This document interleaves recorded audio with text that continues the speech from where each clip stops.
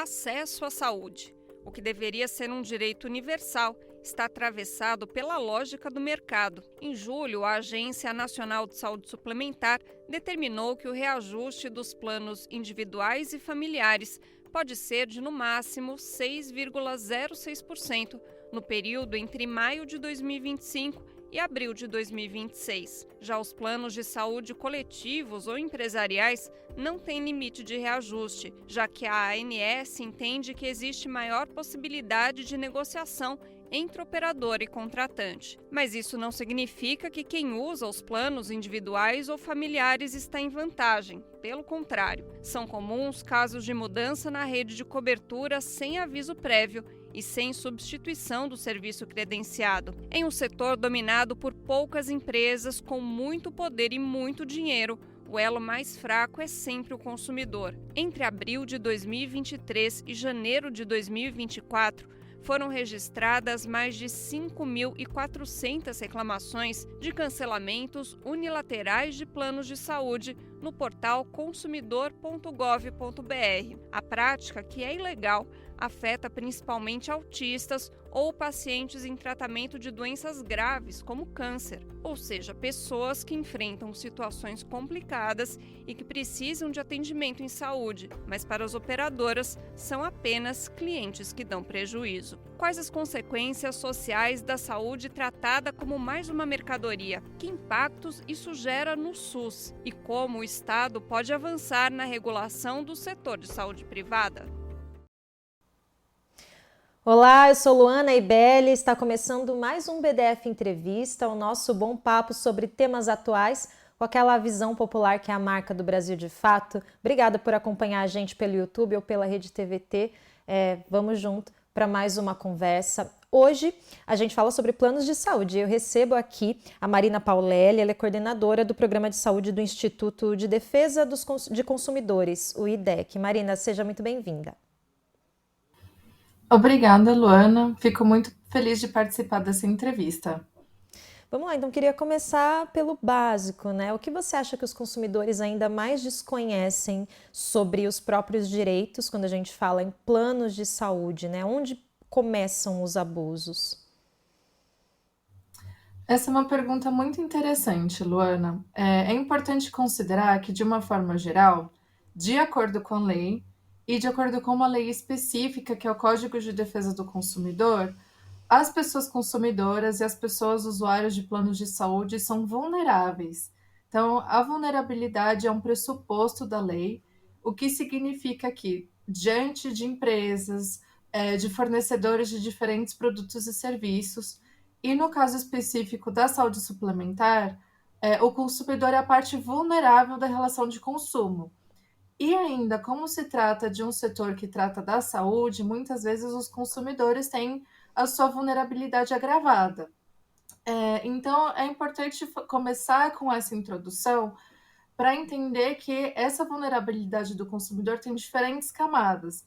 Pode ser uma vulnerabilidade quanto ao entendimento financeiro de como funciona um contrato de plano de saúde, uma vulnerabilidade técnica para entender os termos de cobertura e outras questões dos contratos. Mas, de maneira geral, pelo IDEC, a gente consegue verificar que tem alguns temas que representam dúvidas e queixas históricas.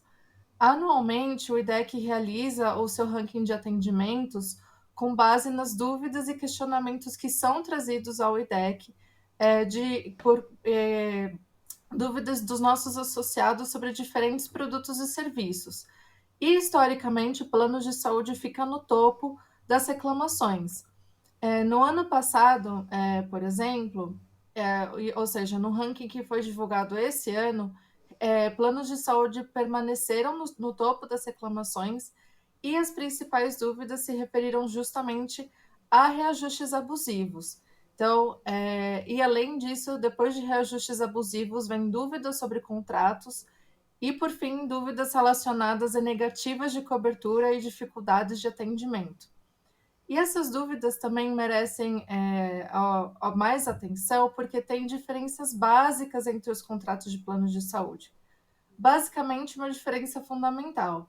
Existem os planos individuais, que são minoria no mercado, e os planos coletivos, que são comercializados e contratados com maior frequência. Os planos individuais conferem maior proteção ao consumidor, porque eles seguem, para fins de reajustamento, principalmente o reajuste anual, aquele reajuste que é aplicado de 12 em 12 meses. Eles são limitados por um teto que a própria agência que fiscaliza e regula o setor, a ANS, estabelece. E esse reajuste é historicamente também inferior ao reajuste anual dos planos coletivos. Para além disso, os planos individuais têm uma proteção quanto ao cancelamento. A Lei de Planos de Saúde, que é a Lei 9656 de 98, proíbe expressamente que esses contratos sejam cancelados por iniciativa das próprias empresas, a não ser em duas situações muito específicas, que é em caso de inadimplência do consumidor, e ainda assim, em caso de inadimplência, devem ser seguidos procedimentos para que o cancelamento aconteça, mas principalmente o consumidor deve ser notificado, deve ser alertado de que há mensalidades em aberto e ele deve receber a oportunidade de conseguir pagar o que está em aberto, ou em caso de fraude, que é quando o consumidor, por exemplo, omite alguma informação na contratação, tem alguma conduta grave e dolosa nesse sentido. E também, e no caso dos planos coletivos, essa limitação não é tão específica. Então, muitos planos coletivos podem ser rompidos de uma hora para outra, os consumidores recebem avisos de que precisam interromper tratamentos, e é uma situação bastante grave que afeta, sobretudo, pessoas que precisam usar os planos com mais frequência. Pois é, e aí a gente lembra, né, que é muito difícil hoje em dia encontrar planos individuais para contratar. As empresas acabam forçando muito os planos coletivos. Isso é um padrão mesmo de funcionamento, Marina? Porque essa é a sensação, né? A gente vai procurar planos individuais, a gente não encontra mesmo, e acaba tendo que optar pela oferta de planos coletivos. Isso também é uma prática abusiva, forçar esses planos coletivos porque eles beneficiam mais as empresas? As operadoras vão dizer que não existe abusividade na limitação de planos individuais no mercado. É justamente com base em argumentos econômicos, ou seja, que elas são livres para comercializar os planos na modalidade de preferência da empresa. Mas é importante considerar que o mercado de planos de saúde foi constituído já lá no início em arranjos coletivos de contratação.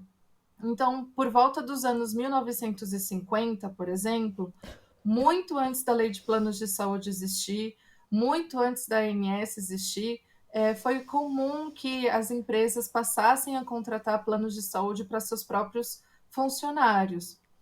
E também nessa época foi frequente, né, que o próprio Estado, para funcionários públicos, funcionários de empresas estatais, fizesse arranjos para que esses funcionários fossem atendidos em serviços específicos, que hoje são os chamados planos de autogestão. E quando a lei foi editada e o mercado de saúde suplementar foi regulado, a lei passou a prever um modelo individual de contratação. E isso num espírito de justamente permitir que mais pessoas tivessem planos de saúde, mas também que elas tivessem condições de acessar esse produto, de acessar um serviço de saúde mediante pagamento. Mas as contratações coletivas, historicamente, sempre foram superiores aos planos individuais. Mas, com certeza, por conta desses padrões de proteção serem maiores, mais fortes para os planos individuais, não é interesse das operadoras, não é interessante para as operadoras comercializarem essa modalidade de produto, justamente porque elas protegem mais o consumidor nesses aspectos tão importantes, que são o reajuste e a proibição de cancelamento. Mas existem diferenças, então, do plano coletivo e do individual para o consumidor? Existem preços mais vantajosos? O que se vende? Porque se a gente pensar que o plano individual ele tem tantas proteções para o consumidor, existe alguma contrapartida dos planos coletivos para a gente pensar? Com certeza. Inicialmente, muitos planos coletivos são colocados como um benefício de trabalho. principalmente empresas grandes, conseguem contratar planos coletivos empresariais, e aí o contrato é feito entre empresa e operadora e fornecido como benefício para o consumidor. E o consumidor é o terceiro beneficiário dessa relação, colocando em termos jurídicos, mas ainda assim é um consumidor. Em outras modalidades de plano coletivo, como por exemplo o plano coletivo por adesão, que é aquele que o consumidor consegue contratar quando ele é vinculado a uma associação, alguma entidade de classe, inicialmente o contrato de plano de saúde pode ser comercializado e contratado a partir de mensalidades mais baixas, menores, em comparação aos planos individuais. Mas ao longo do tempo, o plano de saúde coletivo vai recebendo reajuste anual e em comparação aos reajustes dos planos individuais, que são estabelecidos anualmente pela INS, esses reajustes são bem superiores, da ordem de 15%, 20%. Então fica bastante complicado e muitas vezes insustentável para o consumidor conseguir pagar uma mensalidade que recebe um reajustamento nesse patamar. Sem contar ainda que, tanto no caso dos planos individuais quanto nos planos coletivos, além do reajuste anual, tem outro reajuste, que é o reajuste por mudança de idade. Então, toda vez que o consumidor muda de idade, conforme a faixa etária que está no processo, ele pode, no processo não, no contrato, ele pode receber mais um reajuste, ao lado do reajuste anual. Então, são sempre valores que vão aumentando o valor da mensalidade do plano de saúde. No caso do consumidor que ele tem vontade de ter um plano individual, como isso deve ser feito, né? Porque a gente já falou lá atrás que as empresas acabam dificultando. Você tem alguma dica para quem queira optar por essa outra modalidade? É importante que o consumidor confira se a operadora de interesse dele comercializa planos individuais. Geralmente, as empresas indicam essa informação no site ou nos seus canais de venda. Mas, como esses contratos são minoria no mercado, é muito difícil encontrar justamente essa possibilidade, porque são operadoras talvez um pouco nichadas, que trabalhem com públicos específicos, então a oferta realmente acaba sendo limitada. Tem dados recentes da ANS, que foram divulgados agora no início de agosto, que refletem bem como está essa situação e a diferença de comercialização desses planos. De acordo com os dados mais novos divulgados pela agência, pelos dados consolidados, os planos individuais que estão em vigor, que estão contratados já pelas pessoas, correspondem a 16% dos contratos da saúde suplementar. Então, veja só, é um percentual bem baixo, por assim dizer, em comparação aos planos coletivos que representam minoria no mercado. Mas vale essa conferência para o consumidor. É muito importante que ele verifique no site da operadora que ele deseja contratar se ela de fato comercializa um plano individual. E um canal possível, diante dessa limitação, é que o consumidor indique que uma operadora não vende essa modalidade contratual à Agência Nacional de Saúde Suplementar, mas a própria agência vai indicar em resposta de que isso não corresponde a uma infração, de que não tem problema por uma empresa não vender essa modalidade contratual. Bom, agora, né, no caso dos planos individuais e familiares, o reajuste de até 6,06% que foi definido em julho, né, pela ANS, ele vale para todo mundo, Marina? Como que as pessoas podem conferir, né, se esse aumento foi aplicado corretamente? Esse patamar de 6,06% é aplicável aos planos individuais e familiares que foram assinados depois da Lei de Planos de Saúde, que aconteceu em 98, a lei entrou em vigor em 99, no início de 99. Ele também vale para os planos que foram adaptados à lei. Então, para todos os consumidores que têm essa modalidade contratual, esse reajuste é válido. Então, como o anúncio do reajuste se deu em junho desse ano, ele vale de junho de 2025 até o próximo ano, 2026. E a partir do momento em que a ANS estipulou esse percentual, o consumidor deve receber na sua carta de cobrança, no boleto, a indicação de que esse reajuste vai ser aplicado. Então, para fins de reajuste anual, as operadoras não podem aplicar um percentual superior ao que foi estipulado pela agência. Elas podem, por liberalidade própria, aplicar um percentual menor, mas isso é muito difícil de acontecer. Então, o que o consumidor deve fazer é verificar o instrumento de cobrança que recebeu, verificar se essa informação veio indicada para ele na cobrança, e em caso de qualquer dúvida, caso ele necessite fazer alguma verificação, ele deve direcionar uma pergunta à própria operadora, que deve respondê-lo adequadamente. É importante lembrar que o direito à informação é um direito básico do consumidor, é um direito fundamental previsto no Código de Defesa do Consumidor também. Voltando a falar dos planos coletivos, que eu acho que tem muitas questões sensíveis, esses reajustes, como você tinha falado, são altíssimos, 20%, 30%. Eu já peguei reajuste de 50%, só recebi o e-mail da minha empresa avisando que o reajuste era de 50% e a gente não tinha mais como ficar pelo plano, né? O que justifica a permanência desse tipo de reajuste? Deve ser muito difícil, né, intervir nisso. Por que a ANS não consegue regular e limitar esses reajustes? De fato, isso é um problema. O IDEC avalia que essa discrepância é uma falha regulatória, é uma lacuna regulatória. E desde 2006, ao menos, o IDEC cobra a agência do setor para avançar na regulação dos planos coletivos e proteger de forma mais eficaz esses contratos. A ANS justifica que não regula os planos coletivos da mesma forma que regula os planos individuais, principalmente nesses dois aspectos, que são o reajuste e a proibição de cancelamento, sob o fundamento de que, em tese, existe um maior poder de barganha, um maior poder de negociação entre as pessoas jurídicas contratantes.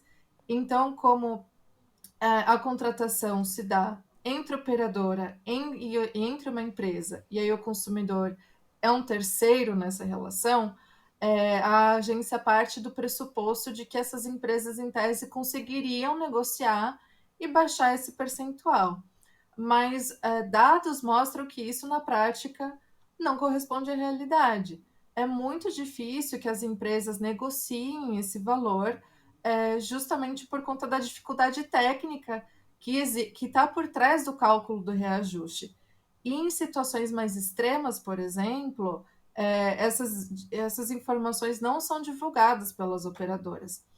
Tem pesquisas que mostram, que avaliam como que as operadoras tratam essas informações quando elas são questionadas judicialmente.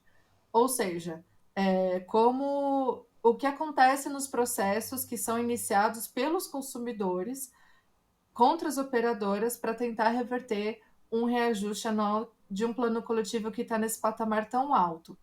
Muitas vezes os juízes determinam que esses processos devem caminhar para a fase de produção de provas para avaliar se esse reajuste de fato é abusivo. E os juízes determinam que as empresas, as operadoras, compartilhem as informações, mostrem seus cálculos, mostrem as informações que justificariam um reajuste calculado em tão alto patamar. E aí, muitas vezes, as operadoras não compartilham essas informações para que, de fato, a análise de prova nesses processos seja feita. E com a justificativa de que isso corresponde a uma informação sensível da empresa, a um sigilo empresarial, e por conta disso, por conta dessa falta de acesso, via de regra, é muito comum que o Poder Judiciário entenda justamente pela abusividade do reajuste. Então, essas são as dificuldades que estão por trás desses altos reajustes dos planos coletivos. Existe uma falha regulatória por trás, que vem da própria postura da agência reguladora, que não avança numa regulação mais protetiva, e também da justificativa das operadoras, que defendem que esses reajustes são justificados, que eles devem acontecer no processo, nos contratos por conta da frequência de uso dos consumidores e por conta da constituição do próprio plano de saúde. Olha, essa dificuldade de regulação, ela não é à toa, né, Marina? Existe um lobby muito grande. A gente recebeu aqui no BDF Entrevista a deputada Andrea Werner, né, aqui de São Paulo, e ela é uma ativista também pelo direito de pessoas autistas, de pessoas com deficiência. Ela lutou também, né, contra aí esses abusos dos planos de saúde com muitas pessoas. E ela falou no programa que o lobby dos planos de saúde no Congresso é o maior lobby, né? É um lobby realmente muito poderoso. Então, queria ouvir também, você acredita que essa pressão das empresas também é algo que contribui para essa dificuldade de regulação? Sim, tem argumentos das operadoras de planos de saúde que se repetem em diferentes momentos históricos. Quando a lei de planos de saúde começou a ser discutida no Congresso enquanto um projeto de lei, na época as empresas do setor se colocaram contra a edição da lei com base em argumentos econômicos. Algo no espírito, vai ser ruim que esse mercado seja regulado, porque vai limitar a nossa liberdade de disponibilizar um produto, é ruim limitar reajuste, e também criar novos modelos de contratação, porque isso vai nos colocar em risco e as empresas não vão conseguir mais funcionar. É, e também a lei foi editada porque lá na década de 90 existiam já alguns problemas para os contratos que não eram regulamentados como são hoje. Então, negativas de cobertura, algumas doenças eram excluídas expressamente do contrato, reajustes altos também. Então, veja só, naquele momento, os mesmos argumentos que as operadoras compartilham agora, muitas vezes, no âmbito da regulação, em consultas públicas na ANS, também no âmbito do Poder Judiciário e do Legislativo, são repetidos. Mas são argumentos que, mais uma vez, não encontram uma base fática. Esses argumentos de cunho econômico, de risco ao mercado, não se concretizaram. As empresas sempre alegam que uma regulação mais forte, algo que proteja os consumidores, coloca o mercado em risco, pode impedi-las de vender efetivamente outros contratos, ou vai inviabilizar o plano de saúde. Mas os dados da própria ANS mostram justamente o contrário. Tem mais consumidores que contratam planos de saúde, o mercado está estável financeiramente, mais uma vez, segundo dados da própria agência, então esses argumentos não se verificam na prática.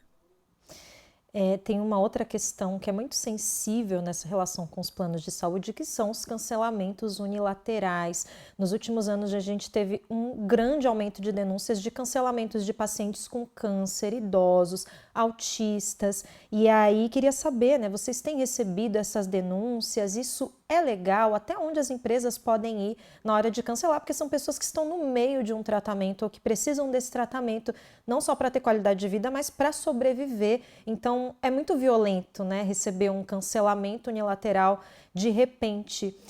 Até que ponto isso pode realmente acontecer e por que tem aumentado tanto essas denúncias? O IDEC avalia que o rompimento dos contratos, principalmente o contrato dos planos coletivos, como a gente viu em denúncias recentes, é uma prática ilegal, abusiva e proibida pelo Código de Defesa do Consumidor, pelos mesmos motivos que você apontou, Luana. O contrato de plano de saúde é feito para o consumidor conseguir usar em um momento delicado de saúde, quando ele precisa. E o que a gente verificou nas denúncias que foram apresentadas ano passado e também reclamações que foram enviadas ao IDEC, é que esses rompimentos acontecem justamente quando o consumidor está em um tratamento caro, precisa usar o plano com frequência, e em situações que, em tese, dão um maior gasto para as operadoras. Mas, obviamente, isso não tira a ilegalidade e a abusividade dessa medida. Os planos de saúde são contratos de risco e as operadoras assumem o risco de atender o consumidor e de atender as condições de saúde quando assim é necessário. E essas práticas são recorrentes porque, justamente no caso dos planos coletivos, a regulação da ANS não avança para proibir essa prática de uma forma expressa. Tem algumas condicionantes, algumas limitações, mas não da forma como a lei de planos de saúde determina para os contratos individuais. Isso chegou a ser discutido também no âmbito do Poder Legislativo. A própria Secretaria Nacional de Defesa do Consumidor avaliou a conduta das empresas e existem processos administrativos no âmbito da Senacom para avaliar essa prática e também para verificar a conduta das empresas, mas o IDEC considera que é ilegal e abusivo. As operadoras não podem cancelar os planos coletivos de uma hora para outra, mas principalmente no momento em que o consumidor mais precisa, sobretudo quando há um atendimento em curso. E sobre esse aspecto, existe um julgamento do Superior Tribunal de Justiça, que é um dos tribunais superiores que está localizado em Brasília, que chega à mesma conclusão. Enquanto o consumidor está em um tratamento de saúde, o seu plano coletivo não pode ser cancelado. A operadora deve manter o tratamento até a respectiva alta. Então, se o consumidor passar por uma situação dessa forma, se ele se sentir prejudicado e com medo do seu plano ser rompido, é muito importante que ele entre em contato com a própria operadora, tenha mais informações por escrito sobre a medida, e se for o caso, é muito importante que ele denuncie a medida em um órgão de defesa do consumidor. E caso essas tratativas não deem certo, se o consumidor não conseguir reverter um cancelamento ou alguma dificuldade de atendimento, ele pode judicializar essa questão como uma última medida, como uma última providência. Isso é um contrassenso tão grande, né? Porque a gente paga o plano de saúde justamente pensando no momento que a gente vai precisar, ou seja, durante todos esses anos que você paga uma mensalidade, você às vezes está pagando sem usar, o plano está lucrando com isso, e na hora que a gente precisa usar, não tem acesso a isso. Parece óbvio, né? Mas é porque essas empresas criam um clima tão de estamos te fazendo um grande favor, né, ao oferecer esses tratamentos, quando não, quando a gente já pagou há muito tempo. Então, acho que é uma fala muito importante a sua, no sentido de colocar muito evidente que é uma relação de risco, né, que as empresas assumem esse risco e que elas precisam cobrir e realmente atender às necessidades das pessoas que estão ali pagando, né, porque a gente fala muito em consumidor e é importante falar em consumidor, mas nós estamos falando de pessoas e de direitos humanos, né, é muito sobre isso que a gente tem falado aqui também. Agora, Marina, existem sinais aí de cláusulas abusivas nos contratos dos planos de saúde, né? Você também tem algumas coisas que a gente pode prestar atenção na hora de olhar para esses contratos?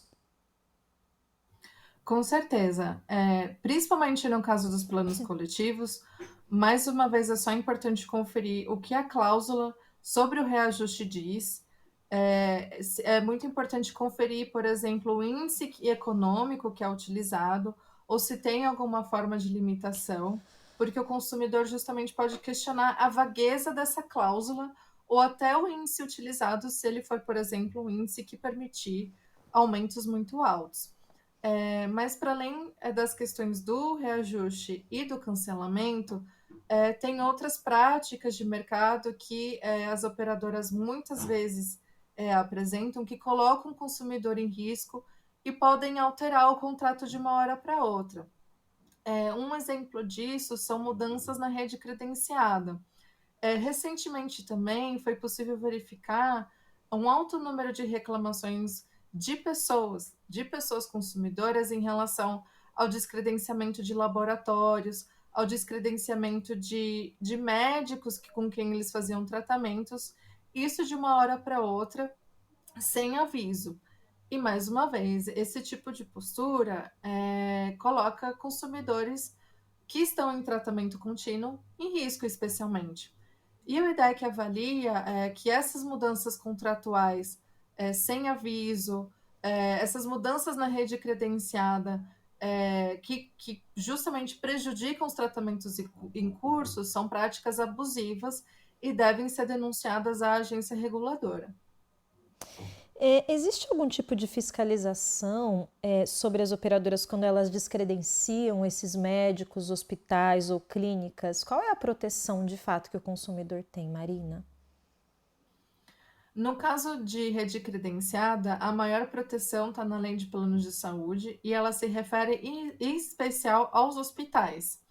A Lei de Planos de Saúde é muito expressa ao determinar que, caso um hospital seja retirado da rede de uma operadora, o consumidor deve ser informado sobre isso com 30 dias de antecedência e esse hospital em específico deve ser substituído por outro de mesma equivalência.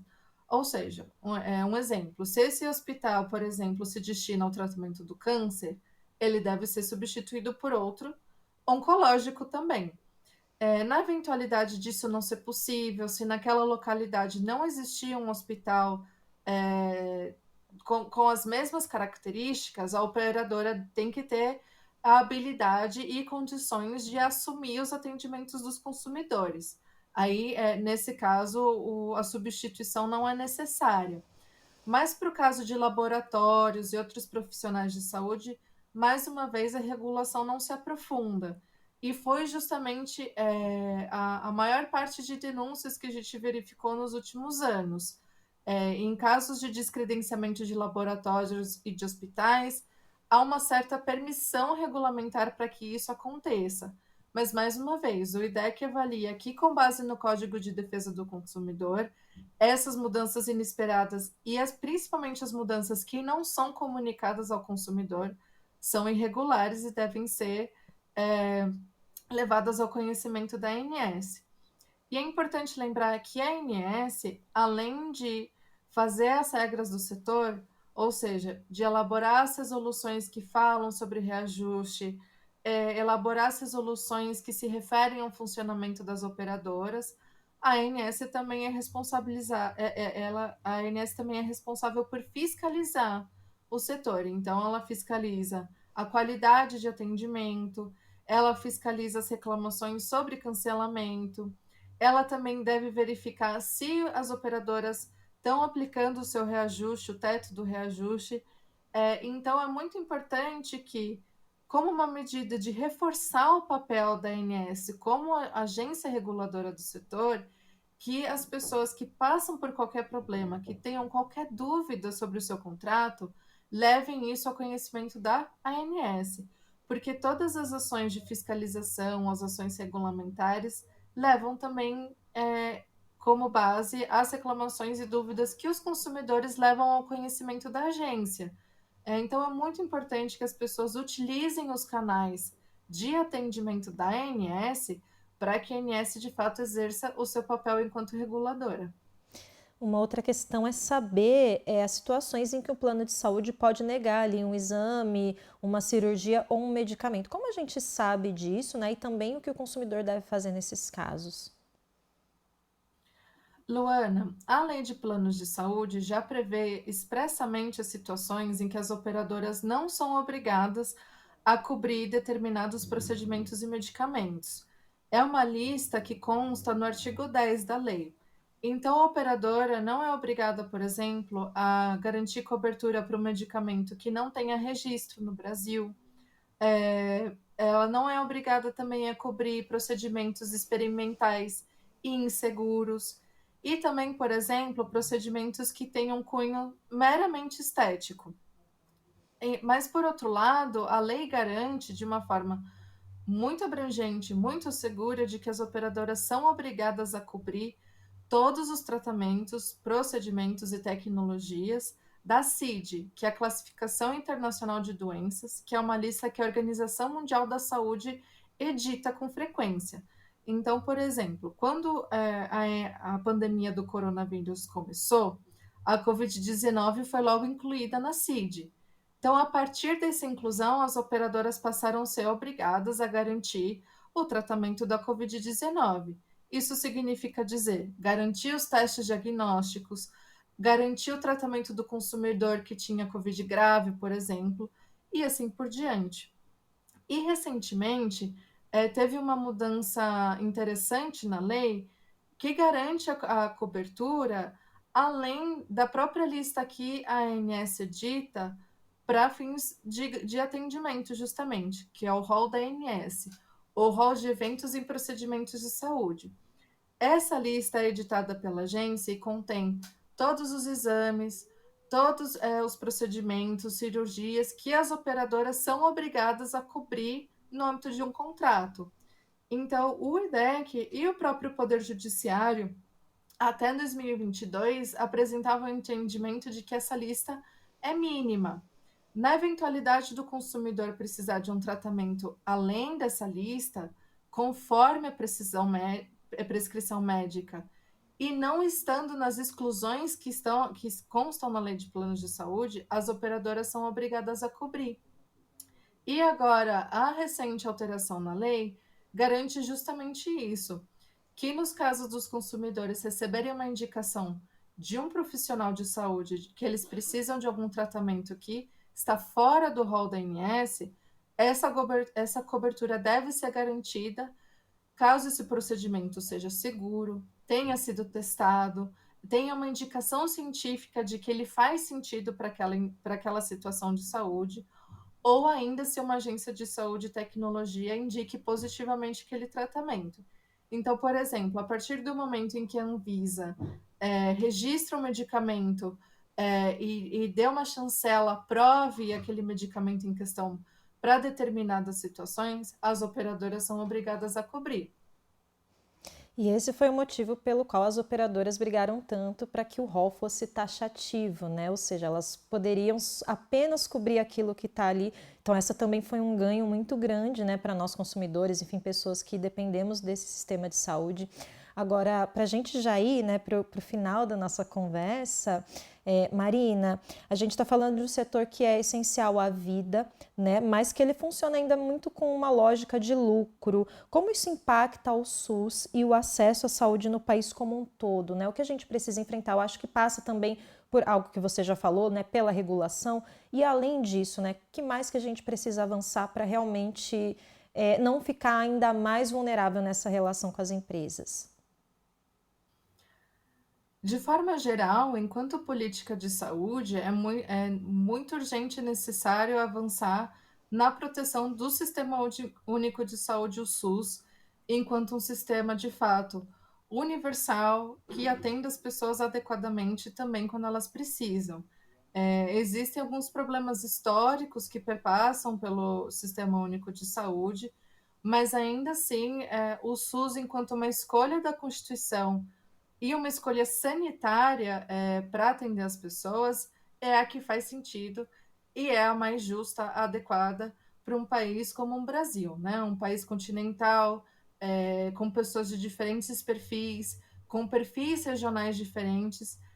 Então, é o SUS que consegue, por exemplo, garantir cobertura vacinal e garantir outras situações de saúde que muitas vezes as operadoras não conseguem atender.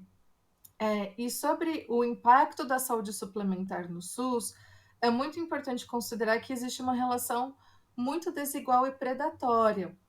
E o exemplo mais clássico disso, e é um exemplo bastante discutido, é justamente as dívidas de ressarcimento que as operadoras mantêm com o SUS. Como a gente estava falando de cobertura agora há pouco, vale lembrar que quando as operadoras negam a cobertura de determinado procedimento que está previsto no rol e está previsto em contrato, muitas vezes as pessoas se dirigem justamente ao Sistema Único de Saúde para garantir esse atendimento, para que elas sejam atendidas no tempo correto e de forma adequada. E por lei, e também por uma decisão do Supremo Tribunal Federal que reconheceu a constitucionalidade dessa previsão, as operadoras são obrigadas a ressarcir o SUS por conta desses atendimentos que foram errônea e indevidamente negados. E as operadoras muitas vezes questionam esses ressarcimentos que são devidos, não só no próprio da ANS, mas também judicialmente. Esses ressarcimentos são questionados pelas operadoras. Então, é preciso avançar, enquanto política pública, em medidas regulatórias que superem essas desigualdades, para que, de fato, não exista uma relação predatória entre a saúde suplementar e o SUS, mas também um caminho de desprivatização da saúde. E claro, né, só o fato da gente ter o nosso SUS forte funcionando, ele também acaba contribuindo para ser uma concorrência ali para os planos de saúde. Imagina se a gente não tivesse o SUS, acho que os abusos seriam ainda maiores. A gente sempre fala disso e é sempre bom lembrar que o SUS também atua nisso. Marina, quero te agradecer por essa conversa. Muito obrigada, viu, pela participação. Acho que deu para a gente entender muito dos nossos direitos e se proteger desses abusos. Obrigada. Eu que agradeço, Luana. O EDEC fica à disposição. Bom, e esse foi o nosso BDF Entrevista. Muito obrigada pela sua companhia até aqui. Comenta nas nossas redes sociais, no nosso YouTube, para a gente saber o que você achou, o que você sabe sobre essa questão dos planos de saúde. E claro, a gente se vê de segunda a sexta, tanto comigo e outros apresentadores aqui do BDF Entrevista, sempre às 7 da noite, tanto no YouTube do Brasil de Fato, quanto na Rede TVT. Até uma próxima. Tchau!